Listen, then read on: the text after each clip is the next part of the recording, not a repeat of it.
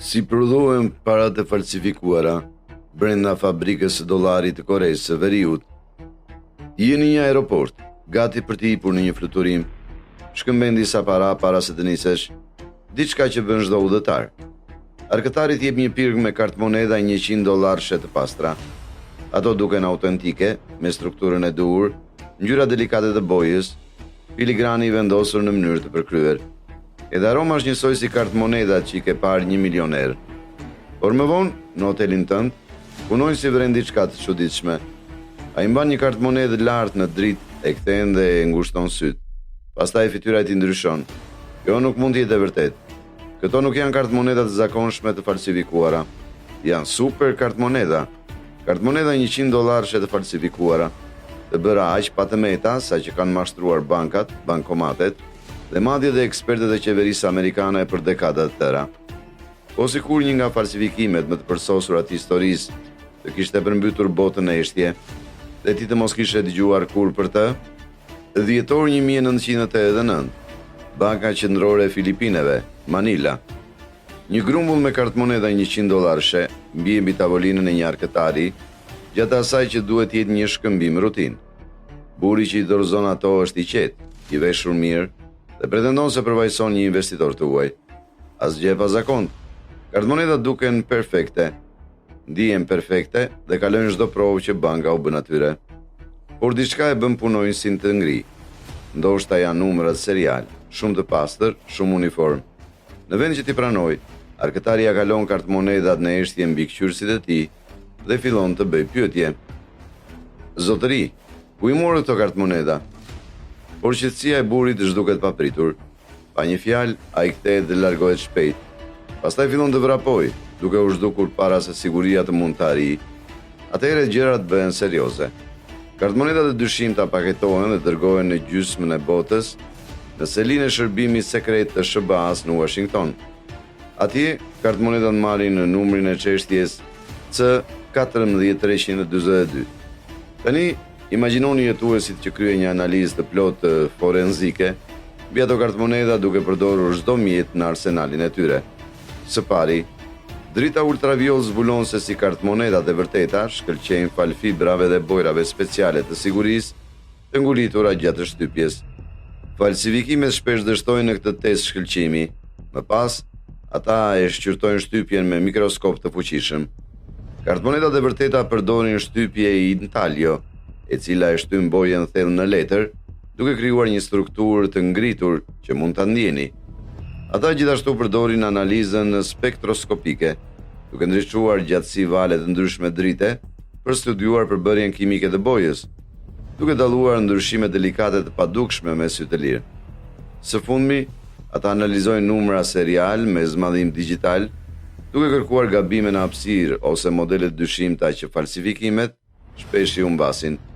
Çdo test më vete mund të ngrejë dyshime, por së bashku ato formojnë një kurt pothuajse të pamundur forenzik për kartë monedat e falsifikuara.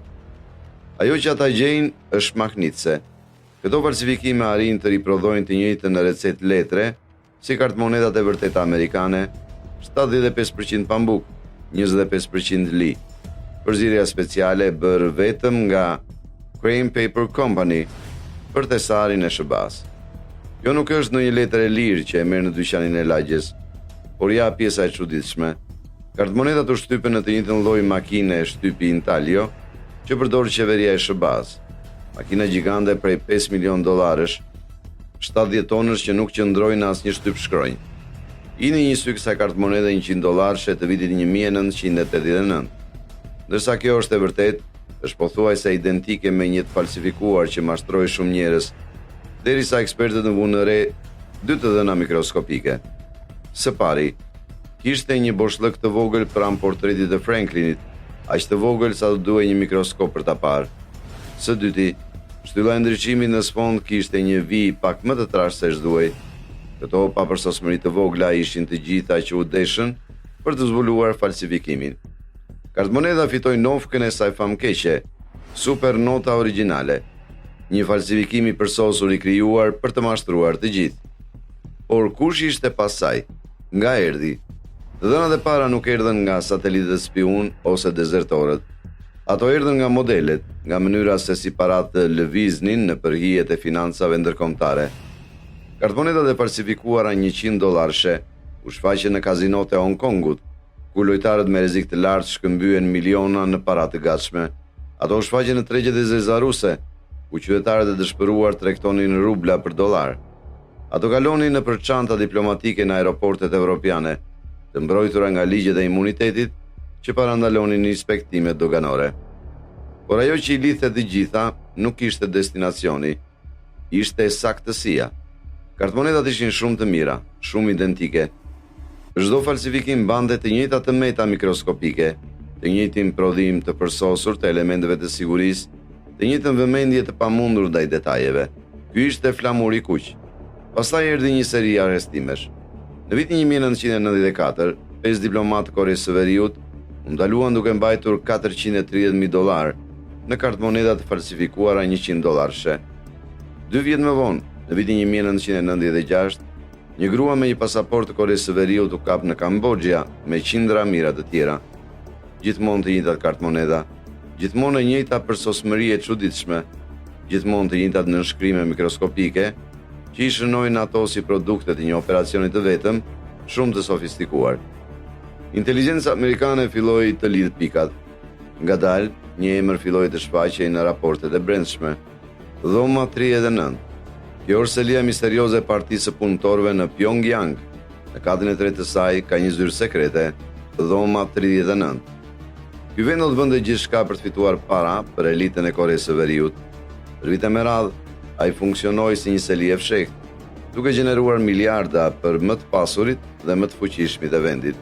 Dhoma 39 ishte shefi mafias pas perdes. Kjo organizatë në hije nuk shfaqej në asnjë tabelë zyrtare qeveritare. Asnjë zyrtar i Koresë së Veriut nuk donte ta pranonte ekzistencën e saj. Por agjencitë e inteligjencës e njihnin atë si një nga ndërmarrjet më sofistikuara kriminale në historinë moderne.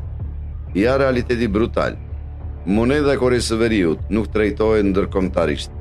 Askush nuk donte që Korea e Veriut të fitonte. Furnizuesit që ushisnin atyre komponentë raketash dhe materiale bërthamore donin vetëm një gjë, monedë të fortë. Ata donin dollar. Regjimi duhet gjeneronte atë monedë të fortë me çdo mjet të nevojshëm, dhe falsifikimi u bë shpëtimi i tyre. Truri pas gjithë kësaj, vetë Kim Jong-un, diktatori eksentrik që pozicionoi veten për të trashëguar kontrollin e kombit më të izoluar në botë. Kur Bashkimi Sovjetik u shem në vitin 1991, Korea e Veriut humbi burimin e saj kryesor të ndihmës ekonomike. Në vend që të kërkonte ndihmë ndërkombëtare, regjimi zgjodhi një rrugë tjetër. Nëse nuk mund të fitonte dollar përmes tregtisë së lishme, do t'i shtypte ato. I fshehur pas stresave të shumë fishta të gardheve me tela me gjëmba, mureve të betonit dhe kamerave të mikqyrjes që gumëzhinin, qëndronte shtyp shkronja 62, qendra nervore sekrete e operacionit famkeq, supernote të Koresë së Veriut. Imagjinoni një fortesë që shtrihet në disa hektar, e rrethuar nga të paktën 3 perimetra të repta sigurie, secili ruajtur nga ushtarë të armatosur rënd, të gatshëm ndalojnë çdo që afrohej shumë. Ato kulla me drita kërkimi dhe poste snajperi, ato po shikojnë në çdo lëvizje tuajën. Kjo nuk është shtyp shkronjë e zakonshme. Zinxhiri i furnizimit me letër ishte po aq i sofistikuar. Nëpërmjet kompanive fiktive të Hong Kongut, operacioni siguronte përzierjen e saktë të pambukut dhe lirit, që përdorej për monedën autentike amerikane. Furnizuesit besonin se po përmbushnin porosit për materiale shkrimi të nivelit të lartë. Në vend të kësaj, produktet e tyre po dërgoheshin në një strukturë sekrete në Korenë e Veriut. Mikroprintimi, me lartësi vetëm 1/40 në 1 inçi, në super kartmoneda ishte në mënyrë të pazbulueshme identik me kartmonedat e vërteta. Nuk ishte asnjë dyshim që ekspertët mund të zbulonin midis tyre dhe monedës së vërtetë. Ja pjesa geniale. Korea e Veriut nuk krijoi vetëm kartmoneda të falsifikuara, pothuajse perfekte. Ata qëllimisht futën të meta të vogla në super kartmonedat e tyre.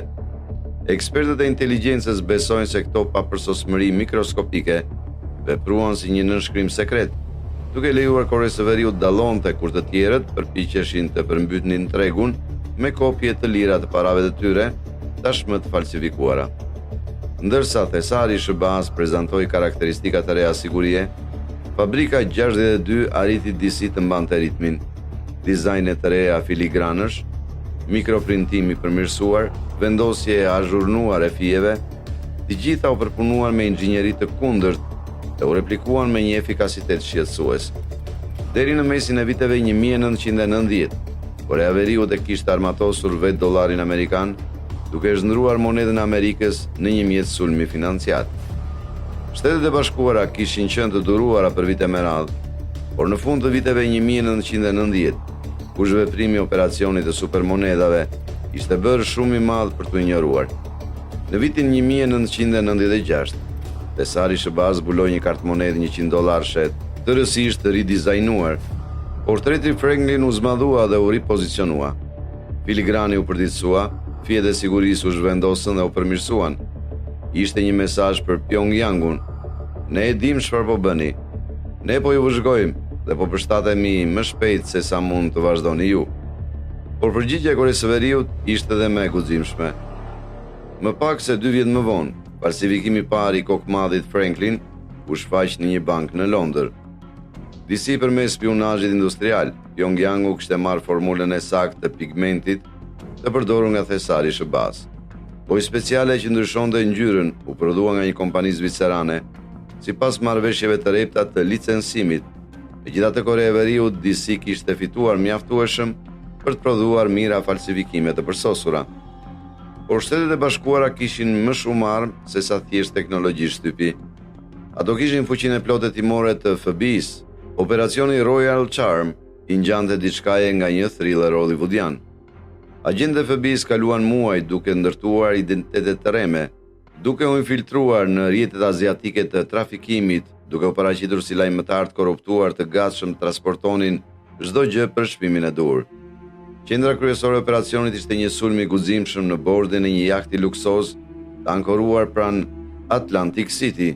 Agjentët krijuan një festë të dasme tërësisht fiktive, të plot me festa zyrtare dhe shërbime ushqimi. Kur mbërritën kontrabandistë dyshuar të supernotave, duke pritur dolli shampanje, ata gjetën pranga dhe urdhra arreste federale në vend të kësaj. Operacioni Dragoi Tymosjes shkoi edhe më thellë në botën kriminale. Për 18 muaj, agjentët fshehtë u futën në rrjetet kineze dhe tajvaneze të kontrabandës, duke dokumentuar çdo hap të rrjedhës së falsifikuar të monedave. Ata panza si superkartonat fshiheshin brenda librave të zbrazët, të qepura me bulona plure dhe madje të futura brenda lodrave të fëmijëve transportuara përmes kontenjerëve të lishëm të ngarkesave. Por rasti më interesant doli nga Las Vegas, ku FBI gjurmoi një biznesmen tajvanez të quajtur Cheng Chang Lou, i cili njihe me emrin Wilson. Wilson kishte ndërtuar një biznes suksesshëm në fillim të viteve 1990, por shpejt filloi të bënte biznes me Korano veriorët. Kompania e tij ishte një fasadë e paqartë import-eksporti që merrej me mallra lëkure. Por prapas skenave, ai ishte i varur nga bixhozi, veçanërisht bixhozi me superkartona, ku nuk mund të humbiste. Mashtrimi i tij ishte i zgjuar. Wilson luante në makina lojrash me monedha me vlerë $100. Ai vendoste monedat false me qindarka, luante vetëm disa raunde dhe më pas anulonte biletën e tij. Ai e çonte kuponin te arkëtari dhe kërkonte para të mbrapsh, duke marrë $90 në monedë të vërtet, pasi kishte luajtur vetëm $10. Vetëm në një fundjavë, Wilson mund pastronte $10,000 në kartë moneda të falsifikuara, në $9,000 në para të vërteta. Kazinot kishin kamera video që regjistronin aktivitetin e tij. Me ndihmën e shërbimit sekret, ata shqyrtuan transaksionet e tij në detaje. Videot, të përdorura më vonë si prova, tregonin agentin e fshehtë të FBI-s Bob Hammer duke u takuar me Wilson në hotelin Ritz-Carlton në Pasadena. I pranishëm ishte edhe John Yu, një kontakt kriminal që importonte cigaret falsifikuara e ndihmonte në krijimin e komplotit. Kur agjentët federal më në fund lëvizën për të mbyllur rrjetin, ata kryen mbastisje të koordinuara në shumë vende. Shuma përfundimtare, $4.5 milion në valutë të falsifikuara të sekuestruara.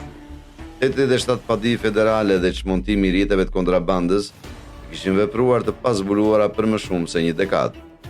Ndërsa agjentët e FBI-s po zbulonin në rrjetet e kontrabandës, Departamenti i Thesarit po përgatiste një armë financiare që do të rezultonte shumë efektive se çdo ndjekje penale. Në shtator 2005, Thesari SBA-s identifikoi Banco Delta Asia, një bankë të vogël për mendikim në Macao, si një shqetësim kryesor për pastrimin e parave.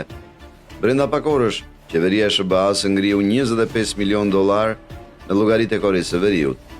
Këto ishin llogari personale të zyrtarëve të lartë të regjimit, besnikëria e cilëve varej nga qasja në valutë fortë. Për ta vënë këtë në perspektivë, $25 milion mund të financonin të gjithë aparatin diplomatik dhe të inteligjencës së jashtme të Koresë së Veriut, për afërsisht 3 deri në 4 muaj, bazuar në buxhetet vjetore operative të vlerësuara që variojnë midis $70 milion dhe $100 milion për misionet jashtë shtetit dhe operacionet e fshehta. Ndikimi psikologjik ishte i menjëhershëm dhe shkatërues. Banka në gjithazin, të tmeruara se mos klasifikoheshin në vetë si shqetësime për pastrim parash, ndaluan se bëri biznes me Korenë e Veriut, pothuajse brenda natës. Për një regjim që varej nga valuta e huaj për të ruajtur pushtetin, izolimi financiar ishte katastrofik. Korea e Veriut nuk mund t'i paguante diplomatët e saj të stacionuar jashtë shtetit, nuk mund të blinde pajisje industriale kritike, nuk mund të mirëmbante as operacionet bazë të kompanive të tjera tregtare ndërkombëtare. Por pastaj, pa pritmas, administrata e tërhoqi prizën. Korea e Veriut kishte treguar gatishmëri për t'u rikthyer në bisedimet gjashtë në lidhje me prapjen e armëve bërtamore. Bisedimet gjashtë të nisura në vitin 2003, ishin një përpjekje diplomatike që synonte të binte Pyongyangun të braktiste programin e saj të armëve bërtamore, në këmbim të ndihmës ekonomike dhe normalizimit të marrëdhënieve. Korea e Veriut do të ngrinte ose çmontonte pjesë të programit saj bërtamor dhe në këmbim palët e tjera do të siguronin karburant dhe njohje diplomatike. Ironia ishte perfekte. Arma e vërtetë e Koresë së Veriut ishte kthyer kundër saj. Duke falsifikuar dollar amerikan, regjimi i kishte bërë veten plotësisht të varur nga sistemi financiar që po përpiqej të minonte. Nga një emet e vogël pranë fytyrës së Franklin deri te një fabrikë e fshehur jashtë Pyongyangut, Korea e Veriut e kishte zhndruar monedën amerikane në një mjet sabotimi gjeopolitik dhe SBA-t u kundërpërgjigjen me kartë moneda të ridizajnuara dhe presion financiar. Betejë nuk ka mbaruar. Çdo veçori sigurie në paratë e sotme është një përgjigje ndaj asaj lufte sekrete.